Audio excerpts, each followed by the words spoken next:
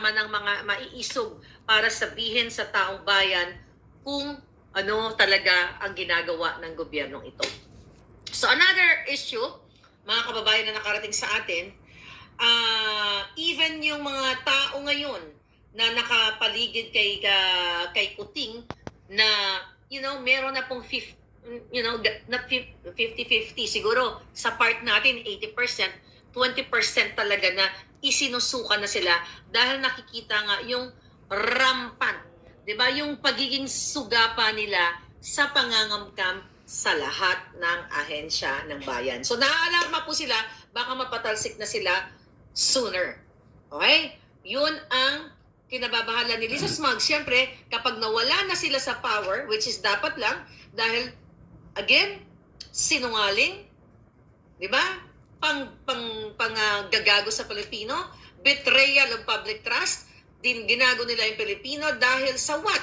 Isa yan sa pagiging pulboronic niya na gusto nilang pagtakpan at gusto nilang gurgurin ang issue na yan na nireveal na nga ni Pangulong Duterte. At syempre, una ako nag-reveal ng mga ganyan at it's good thing dahil confirmation ay galing kay Pangulong Duterte kaya naman ginigipit sila ngayon kasi nga naaalarma na talaga sila sa impact ninyo. Diba? Kaya kailangan palakpakan nyo inyong mga sarili dahil effective tayo. Kaya ngayon po, nagre-recruit sila ng maraming trolls to attack Maharlika, to attack the Dutertes, and to attack Attorney Glenn Chong. Okay? Dahil may mga ginagamit si Lisa Smugs na mga tao, okay? Na mga tao actually para patahimikin yung mga taong critical sa kanila.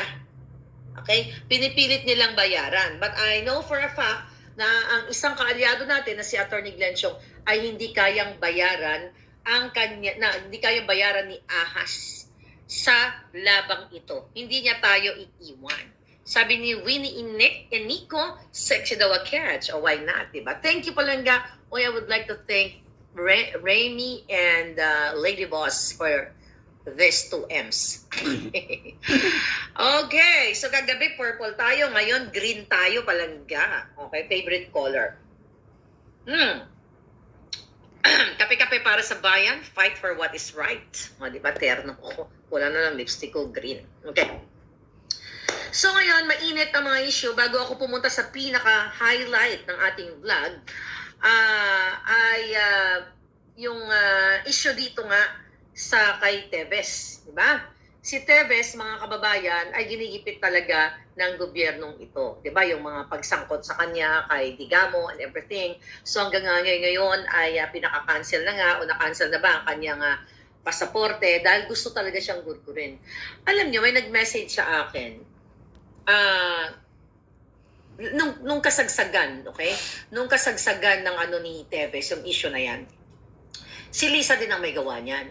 Sa lahat ng panggigipit sa mga politiko man o vlogger, si Botod lahat. Si Botod ang mga eksena.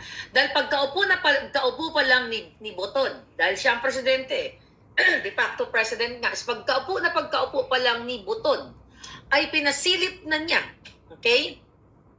Sa Negros, okay? Ang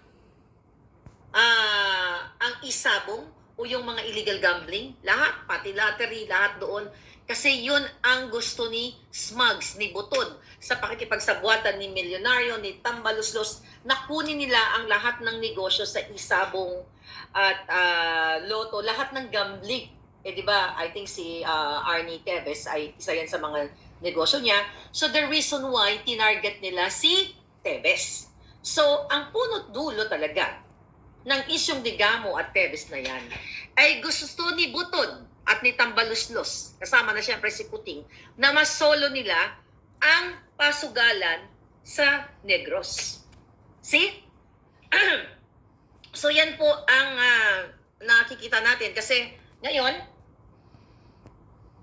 lahat ay gusto nilang itumba. And I hope sabi ko nga, tumayo kayo, mag-step up kayo, lahat ng mga maiisog, mag-step up kayo sa February 25, lalo na dyan sa Cebu. Kasi ang panggigipit sa akin, ang panggigipit sa mga Duterte, kay Pulong, kay Teves, lahat, kay Pangulo Duterte, kay Sara, ay isa po ang pattern yan. Si Butod.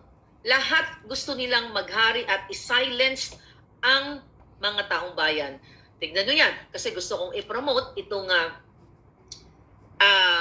third floor. Okay? Yung third floor vlog. I-follow nyo sila. Yung third floor vlog nila Reformina, Purificacion at Pedroche. Kasi isa po sila sa mga biktima ni Butod. So kailangan nating iangat yung mga taong inapi ni Butod na ngayon kahit papaano tuluyan silang lumalaban. Okay, meron silang Facebook channel, YouTube channel, third floor Butod. So you just subscribe them, you help them, and para marinig nyo rin yung mga kwento nila. Kasi hindi lang pwedeng yung sa puting astang natin. Dapat makarinig din kayo ng kwento ng mismong inapi ni Butod sa Presidential Communications Office. So yun po ang dapat magkapit-bisig tayo dahil isa ang kalaban natin. Ang target natin is ang ulo ng ahas.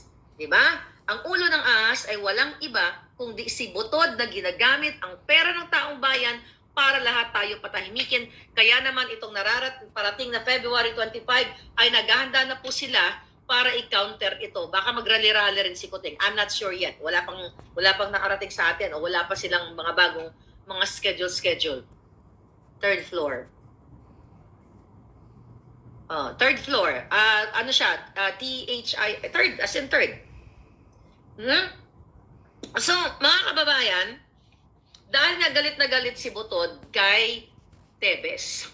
Dahil in-reveal ni Tebes, 'di ba, na si Nolan, 'di ba, na si Bibot Nolan ay supplier di umano ni Kuting, okay, at ni Liza ng pulburon. I'll talk about Nolan. Ako si Nolan, na-meet ko yan sa Pilipinas, ikukwento ko sa inyo. Pero magtataka ka, maganda ang pakikitungo ni Bibot sa akin. Wala po akong, hindi ko na-witness na siya ay may bitbit na pulburon. Basta ang na-witness ko lang na lagi siyang katabi ni Lisa Smugs. Okay, lagi siyang nakabuntot kay Lisa at magkaibigan naman talaga sila.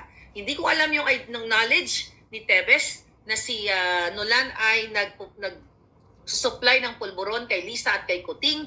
Pero ang masasabi ko lang sa kanya ay lagi talaga siya nakabuntot kay Lisa kasi siya dati ang nag-lead sa OFW group na kung saan dinisband na nila, wala na yon. Sabi ko nga, after the election ay tinapos na nila yung group dahil yun ang instruction ni Butod. Sorry na lang, goodbye na lang kayong mga OFW. Wala na silang pakialam sa iyo. So going back kay Nolan, may mga messages kami na binura niya na. So, again, gusto ko lang linawin, gusto ko ibigay sa inyo ang pag-iisip. Okay? Tamang pag-iisip. Okay? Na itong mga kaibigan ni Lisa na dati kong ka-message ay, actually, ito din yung pangalan ay si Jose Nolan, na pinagbubura nila yung message nila, yung mga message namin in the past. So magtatanong ka, bakit kaya nila pinagbubura? Ayan unsent Teka, pakita ko lang. Wala naman actually incriminating can you move a little bit? Okay? So mga palangga, ito mga unsent. Pakita ko lang, kumustahan lang naman kami. So marami unsent. Okay? Sabi ko pa nga, nag-joke ako noon, June 7, Maharlika, sabi nga, kumusta ka na yata dito? Sabi ko, Maharlika is okay, bot. Thanks sa award. Yun, binigyan ako ng mga award ng mga papel-papel na parang congratulations, ek. So, wala akong masasabi kay Bibot na siya ay sangkot sa pulburoni kasi wala naman akong knowledge. Pero yun yung mga message na pinagbubura niya na. So, galing yun kay Kong Tebes. So, ngayon, gusto ko lang ipakita yung relationship ni Butod at saka ni Nolan. Okay? And even though may na-receive din tayong report galing sa ating puting ahas sa PDEA na talagang itong si Lisa Butod ay talagang sangkot siya sa mga illegal transaction pagdating po dito sa pulburonic, katulad ni Mark Anthony Sayarot na nakawala dahil kaibigan nila at kasama nila sa kanilang mga state visit. At gusto ko lang iparating sa inyo mga kababayan na itong mga sindikatong kasabot ni Lisa ay pinapaalarma niya na rin para tutukan, siyempre ako. Alam niyo yun, tutukan ako. Dahil ako naman yung nagsimula ng mga eksena dito na nag-expose sa kanila.